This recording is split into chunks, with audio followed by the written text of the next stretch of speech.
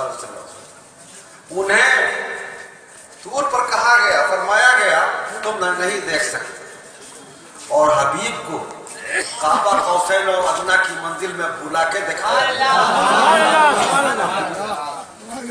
لیکن نہ دیکھ کر کے بھی حضرت موسیٰ کلیم علیہ السلام و تسلیم کی آنکھوں میں جو چھلک آئی تھی جس پر آپ بے ہوش ہو گئے تھے، اس تجلی کی ایک چھلک جس نے انہیں بے ہوش کر دیا تھا اور دور کو جلا کر سرما کر دیا تھا، اس ایک چھلک کا یہ عالم تھا کہ حضرت موسیٰ علیہ السلام کی آنکھوں میں وہ تابانی، وہ روشنی آئی کہ آپ رات کے اندھیرے میں 100 کوس کی دوری پر، 100 کوس سمجھتے ہیں نا، 150 کلومیٹر ہو گئے، اتنی دوری پر رات کے اندھیرے میں چلتی ہوئی چیوٹی کو دیکھ لیا کرتے۔ رات کے اندھیرے میں چیوٹی سیاہ ہوتی ہے، ایک ہلکی سی جھلک جس کی تاب نہ آنکھ لا سکی تھی نہ دماغ، اور فوراً بے ہوش ہو گئے۔ اور اللہ کے نبی صلی اللہ علیہ وسلم ارشاد فرماتے ہیں، رأیت ربی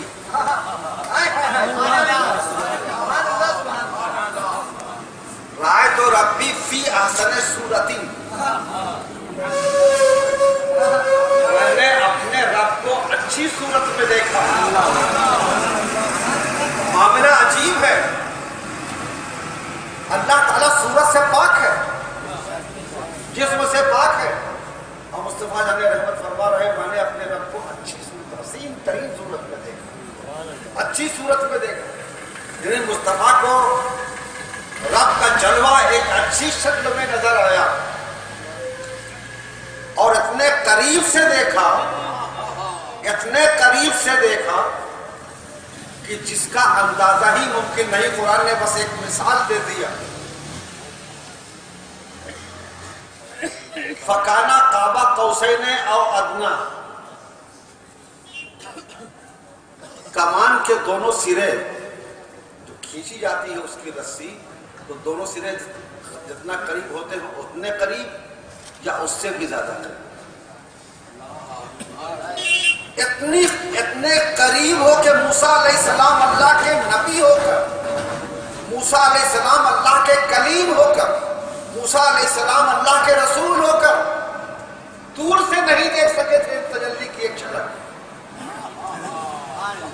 اتنا فاصلہ، اتنی دوری سے نہیں ملاحظہ فرما سکے، نہیں تاب لا سکے تھے، لیکن مصطفیٰ اپنے رب کے کرم کے پہلو میں، اپنے رب کی تجلیات کے جلو میں اپنے رب کا دیدار فرما رہے ہیں، اور قرآن گواہی دے رہا ہے، قرآن یوں گواہی دے رہا ہے، دیکھنے کی شان اپنے حبیب کی یوں بیان فرما رہا ہے، ما ذاق البصر وما طغى، اپنے رب کو ایسے دیکھ رہے تھے کہ پلکیں تک نہیں جھپکے،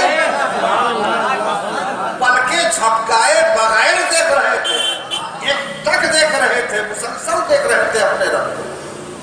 ایک جھلک دیکھنے والے کی یہ شان ہے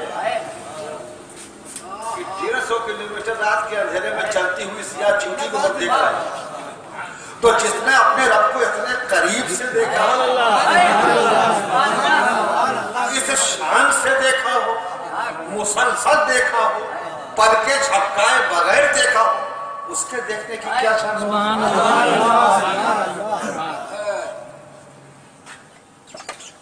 اور جب تک دیکھیں گے نہیں، جب تک رحمت کا مظاہرہ نہیں ہو۔ رحمت کرنے کے لیے قرآن کہتا ہے حبیب ہم نے آپ کو سارے عالم کے لیے، ساری کائنات کے لیے رحمت بنا کے بھیجا، تو سرکار نے سب کے ساتھ یقیناً رحمت فرمائی ہے۔ ہم نے چند جھلکیاں دیکھی اپنے عالم، اس عالم کی، تو ہم نے جان لیا مصطفیٰ نے ایسے رحمت فرمائی، ایسے رحمت فرمائی، ایسے رحمت فرمائی، مصطفیٰ اس طرح سے رحمت ہے، اس طرح سے رحمت ہے، اس طرح سے رحمت ہے۔ 17,999 کے ساتھ بھی تو رحمتوں کا مظاہرہ ہوگا، جنہیں ہم نہیں جانتے، اور جانے بغیر اچھا برتاؤ اچھا سلوک نہیں ہو سکتا، تو یقیناً ہمیں ماننا پڑے گا کہ اللہ کے صلی اللہ علیہ وسلم کائنات کے ذرے ذرے کو دیکھ رہے ہیں، ہر شے کو دیکھ رہے ہیں اور سب کے ساتھ رحمت بھرا سلوک فرما رہے ہیں، سب کو نواز رہے ہیں، سب کو عطا کر رہے ہیں، وہ بس عطا ہی کرنے والے ہیں، اور یہ اس عطا کا صدقہ ہے، وہی عطا اس عطا کا صدقہ ہے مصطفیٰ جان رحمت کی، کہ وہی عطا کبھی چاند کی صورت میں نظر آئی، کبھی سورج کی صورت میں نظر آئی، کبھی ستاروں کے جھرمٹ کی صورت میں نظر آئی۔ یہ مصطفیٰ کی عطائیں ہیں، مصطفیٰ کے نور کی جھلکیاں ہیں، کہ جس سے ساری کائنات آج روشن منور ہے، ایک عالم روشن منور ہے۔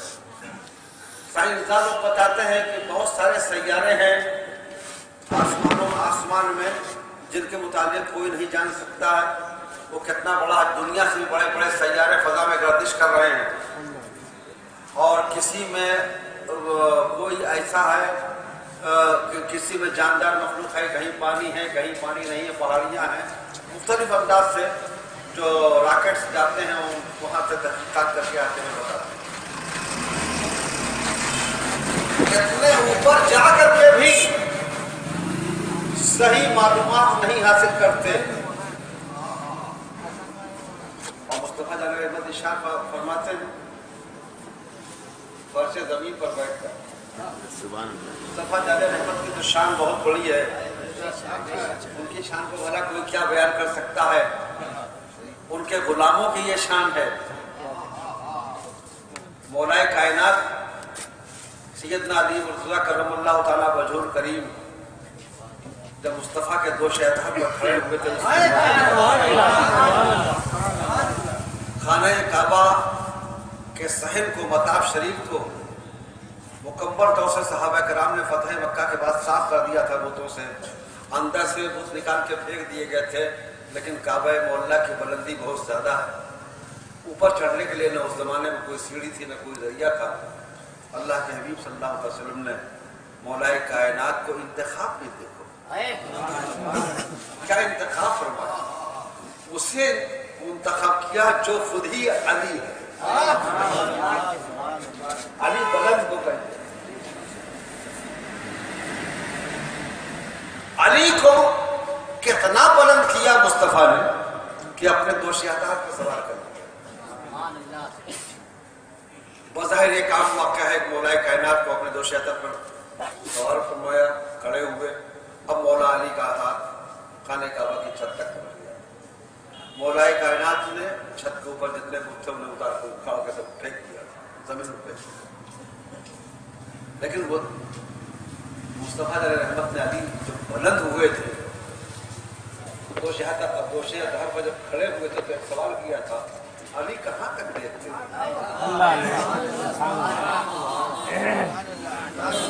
علی کہاں تک دیکھتے ہو؟ تو حضرت مولا کائنات نے ارشاد فرمایا تھا، مولا عرش معلیٰ دیکھ رہا ہوں۔ سبحان اللہ، آقا عرش معلیٰ دیکھ رہا ہوں۔ اچھا آپ نیچے دیکھو کہاں تک دیکھ رہے ہو؟ کہا سرکار تحت الثری تک دیکھ رہا ہوں۔ جب غلام کا یہ عالم ہے کہ تحت الثری کہتے ہیں زمین کا سب سے آخری حصہ، اور زمین ختم، زمین سے لے کر آسمان کے ساری منازل ختم، آسمانوں کے بعد سدرۃ المنتہا کی منزل ختم، سدرۃ المنتہا کے بہت آگے عرش معلیٰ، اور علی کہہ رہے ہیں یا رسول اللہ، دو کھڑے ہیں دوش اطہر پر، فرما رہے ہیں عرش معلیٰ دیکھ رہا ہوں۔ غلام اتنا دیکھتا ہے، آقا کتنا دیکھتا ہو، نہ دیکھتے ہمارا وجود ہی اس بات کا ثبوت ہے کہ مصطفیٰ دیکھ رہے ہیں۔ اگر نہ دیکھتے مصطفیٰ تو نہ ہم رہتے نہ یہ کائنات رہتی، ہم سے کائنات میں دم ہے، ہم سے ہستی میں دم ہے، ہم سے اس دنیا کا وجود باقی ہے، ہم سے ہمارا وجود اس دھرتی کی ضمانت ہے۔ جب تک دھرتی پر ہم ہیں، جب تک کچھ نہیں بگڑنے والا۔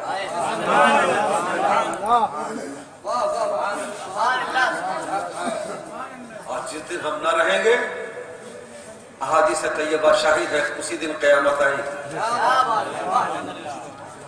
نہیں، ہم میرے آقا کی رحمت کی شان کو دیکھو، کس انداز سے رحمت فرما رہے ہیں۔ اپنے غلاموں کی دنیا میں دستگیری فرما کر، اپنے غلاموں کو دنیا میں رکھ کر ہستی کو بچائے ہوئے ہیں،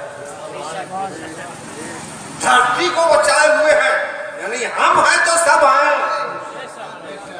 چاہے ہندوستانی ہو، چاہے پاکستانی ہو، چاہے امریکی ہو، چاہے یونانی ہو، چاہے ایشیائی ہو، چاہے روسی ہو، چاہے کناڈین ہو، کہیں کے ساری مخلوقات کی زندگی کی ضمانت ہم ہیں۔ جس دن ہم نہ ہوں گے، قیامت آئے گی، سور پھونک دیا جائے گا۔ تو یہ بھی تو مصطفیٰ کی رحمت ہے کہ اپنے غلاموں کے ذریعے سے دھرتی کو بچائے ہوئے ہیں۔ دھرتی والوں کو، بالخصوص ہمارے ملک کی دھرتی والوں کو ہمارا احسان مند ہونا چاہیے۔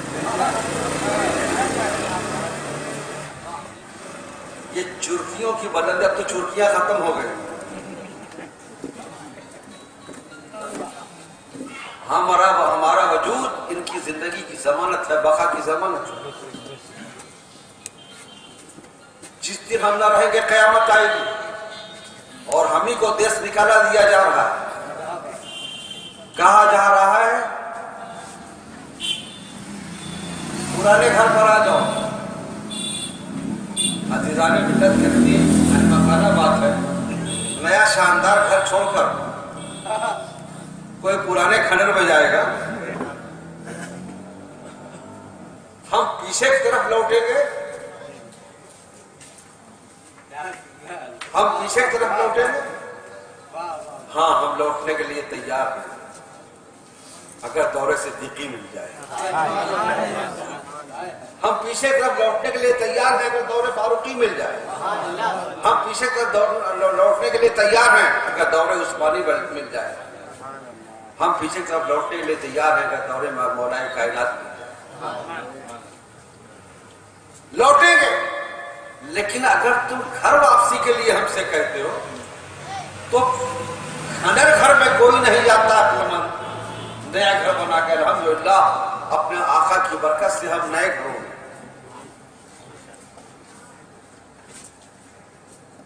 اور جس دن ہم ہیں، جب تک ہم ہیں، ارے آپ ایک چھوٹی سی مثال ضمن بات آ گئی، اس طرح کی توقع کر دے رہا ہوں۔ آپ نے ہندوستانی جھنڈے کو دیکھا ہے؟ دیکھتے رہتے، اس میں 3 پٹیاں ہوتی۔ جب یہ جھنڈا ہندوستان کا بن رہا تھا تو بہت سارے لوگ مشورہ دینے والے تھے ہندوستان کا جھنڈا کیسے بنے، کیسا بنے۔ تو بچوں کی مجارٹی میں یہی لوگ تھے جو آج ہیں، کہتے ہم ہندو ہیں، ہندو کا رنگ لال زعفرانی، یہ سب سے اوپر رہے گا۔ اس کے بعد بیکورڈ اقوام ہیں، وہ بھی ہندو ہی ہیں لیکن بیکورڈ ہیں۔ ہاں، اچھوت جنہیں کہتے ہیں، جو بھی بیکورڈ، مہذب الفاظ میں بیکورڈ کر کہہ رہا ہوں، پچھڑے ہوئے۔ ان کا نشان سفید رکھا ہے، لال سے زعفرانی کلر سے ملا ہوا ان کا رنگ رکھ دیا گیا۔ اب بچتے تھے مسلمان، تو مسلمانوں کی شناخت جو ہے ہرے رنگ سے ہے،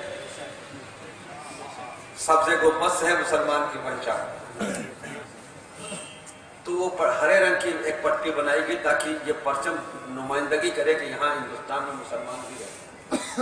تو سب سے نیچے ایک پٹی ڈال دیا ہرے رنگ کی کہ بھائی یہ مسلمانوں کا کلر ہے، مسلمان کچھ ہو مطمئن رہے کہ ہمارا بھی حصہ ہے اس ملک میں، ہمارا بھی نشان ہے، ہماری بھی پہچان۔ میں سوچ رہا ہوں یہ اپنی عقل استعمال کر رہے تھے، پھر قدرت اپنا کام کر رہی تھی۔ ان کی عقل تو حیران پریشان تھی، قدرت ہی اپنا کام کر رہی تھی۔ سب سے نیچے کسی بھی تعمیر میں کیا ہوتا ہے؟ بنیاد۔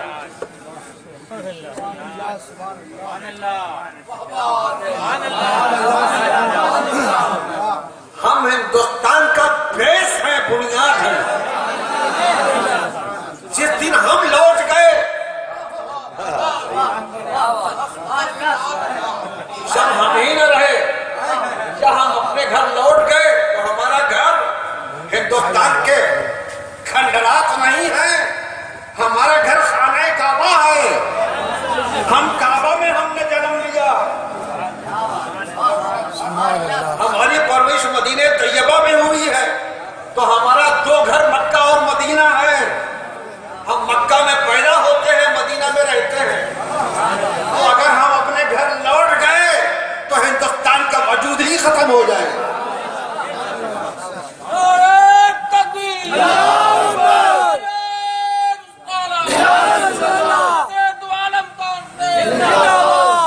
پھر ہرا رنگ ہے ہمارا، اور ہرا رنگ ہی دھرتی کی ہریالی ہے۔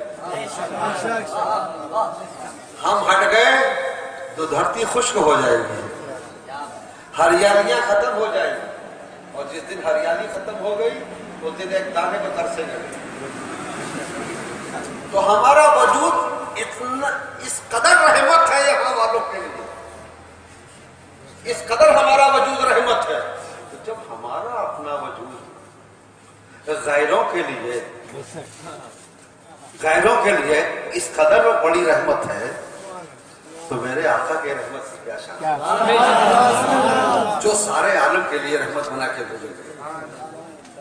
ایسا رسول میں نے عرض کیا تھا کہ وہ اس قدر دیکھنے والے اور بغیر دیکھے رحمت ممکن نہیں، اسی لیے میں نے قرآن عظیم کی اس آیت کریمہ کو عنوان بنایا، اِنَّا أَرْسَلْنَاكَ شَاهِدًا۔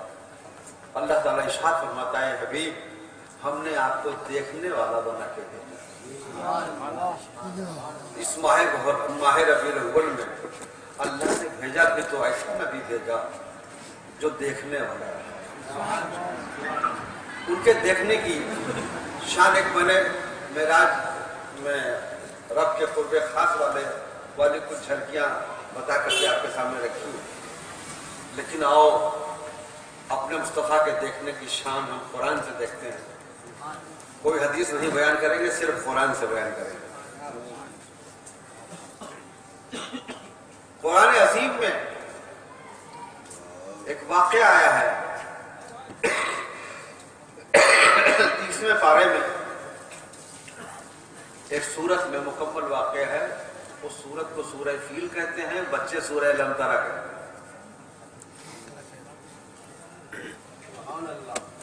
یہ سرکار کی ولادت طیبہ سے 2 مہینہ پہلے یمن کا ایک بادشاہ تھا ابرہہ، جس نے خانہ کعبہ کو تہس نہس کرنے کے لیے ہاتھیوں کا ایک بہت بڑا لشکر لیا تھا۔ اپنے فوجی تو تھے ہی اس کے، ہاتھیوں کا ایک بہت بڑا لشکر لیا تھا، اور ان ہاتھیوں کے ذریعے سے خانہ کعبہ کو تہس نہس کرنا چاہتا تھا، نیست و نابود کرنا چاہتا تھا۔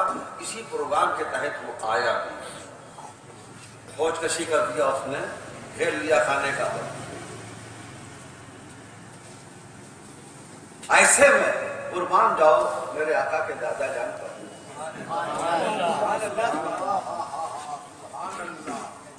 سرکار سیدنا عبدالمطلب رضی اللہ تعالیٰ عنہ، جانے کیسے اس سے ٹکرا گئے، ابرہہ سے، اس بادشاہ سے۔ تو اس نے پوچھا کہاں ٹہل گئے ہو؟ کہا مجھے اپنے اونٹوں کی تلاش ہے، اونٹ گم ہو گئے۔ فرمایا کہ میرے اونٹ گم ہو گئے۔ تو اس نے کہا میں تمہارا کعبہ ڈھانے کے لیے آیا ہوں، تمہیں اس کی فکر نہیں ہے، اپنے اونٹ کو تلاش کر رہے ہیں، اونٹ کی فکر کر رہے ہیں۔ تو حضرت عبدالمطلب رضی اللہ تعالیٰ عنہ نے ارشاد فرمایا تھا، جس کا میں مالک ہوں، جس کا میں مالک ہوں میں اسے ڈھونڈ رہا ہوں، اور جس خانہ کعبہ کا جو مالک ہے وہ اس کی حفاظت کرنے والا وہ جانے. تو جو اس کا کام ہے وہ کرے گا, جو میرا کام ہے میں کر لوں. ایسے عالم میں ڈھونڈ رہے ہیں سیدنا عبد المطلب رضی اللہ تعالیٰ عنہ.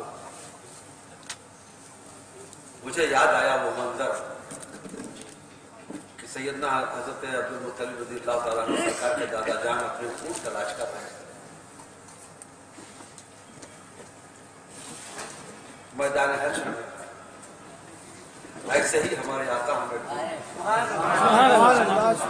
ہمارے غلام کی دار. آپ کو فکر دامن گیر ہوگی کہ میرے چاہنے والے, میرا دم بھرنے والے, میرا نام لینے والے, میرے کلمہ پڑھنے والے کہاں بکھرے پڑے ہیں, جہنم میں تو نہیں چلے گئے, کہاں ہے ادھر. تو سرکار بھی فکر مند. اور جب آپ کی فکر, آپ کے جستجو, امت کا پیار جوش پر آئے گا, تو ایسے وقت میں مصطفیٰ جان رحمت صلی اللہ علیہ وسلم اسی طرح سے اپنا سر مبارک حشر کی دھرتی پر رکھ لیں گے جیسے اس غار میں مصطفیٰ جان رحمت نے رکھا تھا. رب حبلی امتی, رب حبلی امتی. مولانا نے رب حبلی امتی کا مکمل ترجمہ کیا, لیکن میری پسند کا ایک لفظ چھوڑ گئے جو میں ترجمہ کرتا ہوں رب حبلی امتی کا الفاظ کے روپ سے. رب میں بھی آپ کے سامنے ترجمہ کر کے بتا رہا ہوں. رب لفظ عربی کے اعتبار سے میرے رب ترجمہ, رب میرے رب اب عطا کر دے, لی مجھے امتی میری. تو رب حبلی امتی کو میں یہ ترجمہ کرتا ہوں, اے میرے رب میری امت میرے حوالے کر دے. اس کا تو حج نہ فرما, سب کا حج فرما, میری امت میرے حوالے. تو جو اپنی, جو سارے عالم پر رحمت فرمانے والا ہے, وہ کب گوارا فرمائے گا کہ اپنی امت میدان حشر میں عدل گاہ میں پہنچے, کورٹ میں رب کی کورٹ میں پہنچے. اسی لیے فرما رہے ہیں میرے رب میری امت مجھے عطا کر دے. اپنی کالی کالی کملی کے سائے میں لینے کے لیے بے قرار ہے, اپنے سائے کرم میں لینے کے لیے مصطفیٰ بے قرار ہوتے ہیں کہ میں اپنے سائے میں لے لوں گا, یہ میرے ہیں, میرے ہیں. اپنے رب سے مانگ رہے ہیں, ایک طرف رب سے مانگ رہے ہیں میری امت مجھے عطا کر دے. آنسو بھی بہا رہے ہیں, آنسوؤں کا دریا بھی بہا رہے ہیں, سر مبارک بھی زمین پر رکھے ہوئے ہیں, سجدہ ریز ہیں. عجیب بات ہے, ایک طرف مصطفیٰ بے قرار ہے, جیسے بے قراری کی چھان آپ نے اس غار میں ملاحظہ کی. مدینے کے ایک غار میں مصطفیٰ جان رحمت زارو قطار ہو رہے ہیں. امت کے پیار, کتنی بے قراری آپ کے دل پر, قلب پر طاری تھی کہ آپ اس قدر زارو قطار ہو رہے, تو امت کا پیار کس قدر موجود تھا آپ کے قلب اطار. امت کی طرف آپ کے قلب میں کس قدر موجزن تھی, کس قدر اثر انگیز تھی کہ وہ پیار مصطفیٰ کے آنسو میں ڈھلا. وہی پیار میدان حشر میں بھی آنسو میں ڈھلتا ہوا نظر آئے. تو یہ بے قراری کی انتہا ہے کہ سر سجدے میں جھکا دیا جائے اور زارو قطار آنسو بہائے جائے. یہ مصطفیٰ کب کی بے قراری ہے. رب کے لیے لفظ بے قراری استعمال نہیں ہو سکتا, یہ انسانی صفت ہے بے قرار ہونا. لیکن رب کریم کو بھی مصطفیٰ کے آنسو گوارا نہیں ہو رہے ہیں. مصطفیٰ کی عاجزی, مصطفیٰ کی بے قراری, مصطفیٰ کی آنکھوں سے زارو قطار آنسو بہنا رب گوارا نہیں فرما پا رہا ہے. اور ارشاد فرماتا ہے, اے مصطفیٰ, اے میرے حبیب, اپنا سر اٹھا لو, جتنا کہو گے بخش دیں گے, سر اٹھا لو, جس قدر کہو بخش دیں گے, سر اٹھا لو. اگر مصطفیٰ بے قرار ہیں, اگر مصطفیٰ جان رحمت بے قرار ہو رہے ہیں, تو رب اس بے قراری کو ملاحظہ فرما رہا ہے,